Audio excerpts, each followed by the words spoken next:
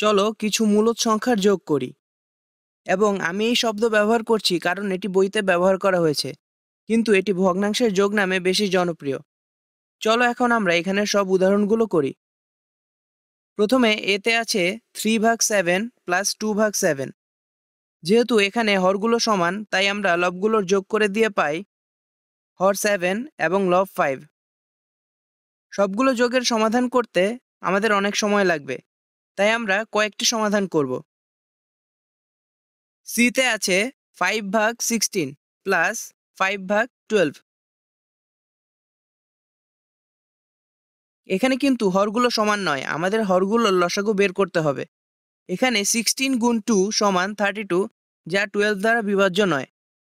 16 গুণ 3 সমান 48, যা 12 এর গুণিতক। তাহলে আমরা লসাগু পাই 48।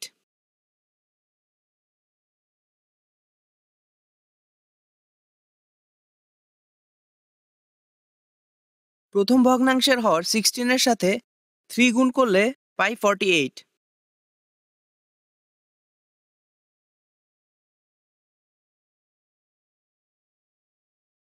তাহলে লবকেও 3 দ্বারা গুণ করতে হবে। লব 5 গুণ 3 সমান 15। আবার দ্বিতীয় ভগ্নাংশের হর 12 এর সাথে 4 গুণ করলে পাই 48। তাহলে লবকেও 4 দ্বারা গুণ করতে হবে। লব 5 গুণ 4 সমান 20। এখন উভয় ভগ্নাংশের হর সমান, তাহলে আমরা যোগ করে পাই হর 48 এবং লব 15 প্লাস 20 সমান 35। প্রাপ্ত ভগ্নাংশটিকে আর লঘিষ্ঠ আকারে প্রকাশ করা যায় না, তাই এটিই আমাদের উত্তর। এখন আমরা নং যোগের সমাধান করব। এখানে আছে 8/25 প্লাস 7/10। এদের হরগুলো সমান নয়, আমাদের হরগুলোর লসাগু বের করতে হবে। 25 ও 10 এর লসাগু হবে 50।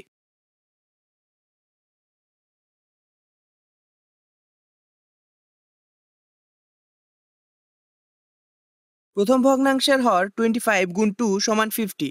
তাহলে লব 8 কে 2 দ্বারা গুণ করে আমরা পাই 16। একইভাবে দ্বিতীয় ভগ্নাংশের হর 10 গুণ 5 সমান 50। তাহলে লব 7 কে 5 দ্বারা গুণ করে আমরা পাই 35। এখন উভয় ভগ্নাংশের হর সমান, তাহলে আমরা যোগ করে পাই হর 50 এবং লব 16 প্লাস 35 সমান 51।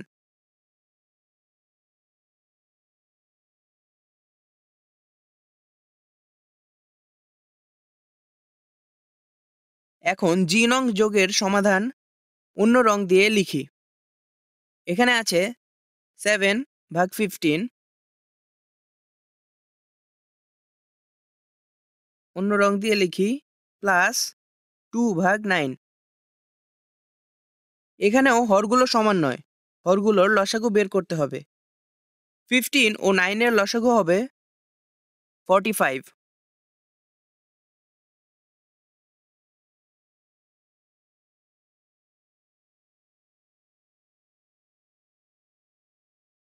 প্রথম ভগ্নাংশের হর 15 গুণ 3 সমান 45। তাহলে লব 7 কে 3 দ্বারা গুণ করে আমরা পাই 21। দ্বিতীয় ভগ্নাংশের হর 9 গুণ 5 সমান 45। তাহলে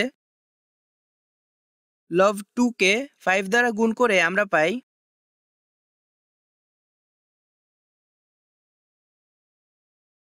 10।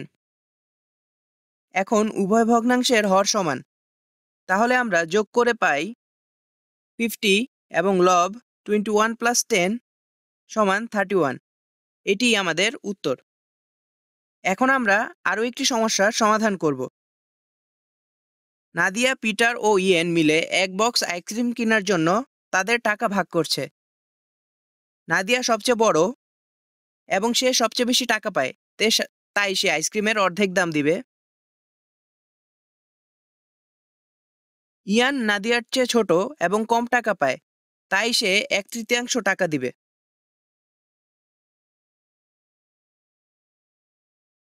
আর পিটার সবচেয়ে ছোট এবং সবচেয়ে কম টাকা পায়, তাই সে 1/4 টাকা দেয়।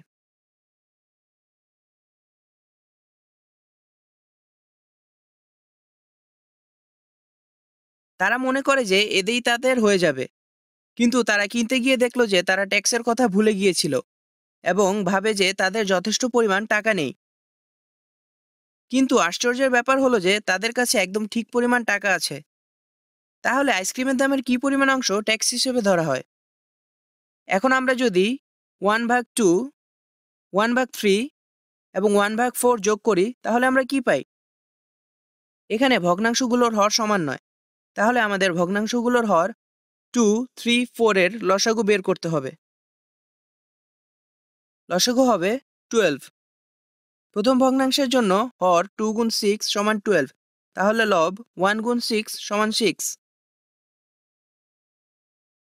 দ্বিতীয় ভগ্নাংশের জন্য হর 3 গুণ 4 সমান 12। তাহলে লব 1 গুণ 4 সমান 4।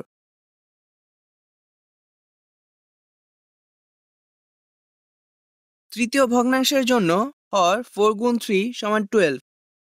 তাহলে লব 1 গুণ 3 সমান 3।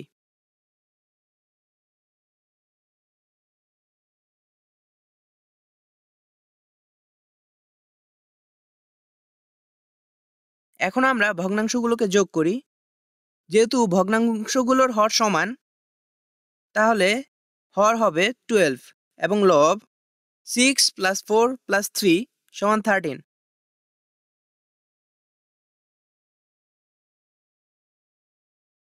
তাহলে ভগ্নাংশটি হচ্ছে 13/12।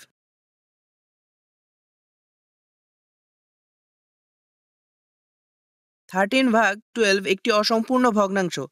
এটিকে আমরা এভাবেও লিখতে পারি: 12/12 প্লাস 1/12। এখানে 12 কেটে গেলে থাকে 1। তাহলে আমরা লিখতে পারি 1 সমস্ত 1/12।